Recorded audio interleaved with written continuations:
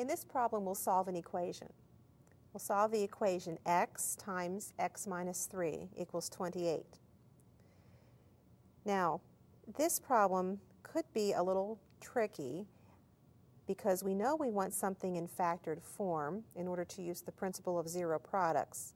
But remember, the principle of zero products has the word zero in it.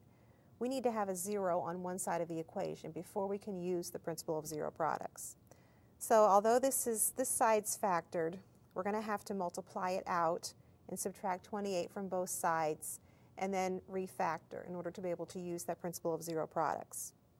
So let's multiply. We have x squared minus 3x equals 28. Subtracting 28 from both sides, we have x squared minus 3x minus 28 equals 0. Now 0 is on one side of the equation. Now we can factor the trinomial.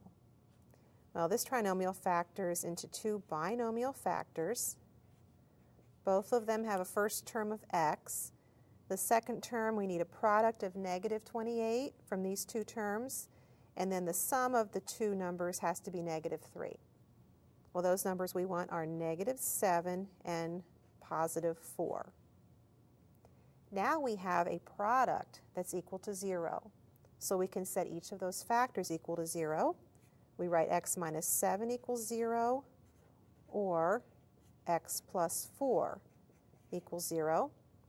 And we solve each one separately for x.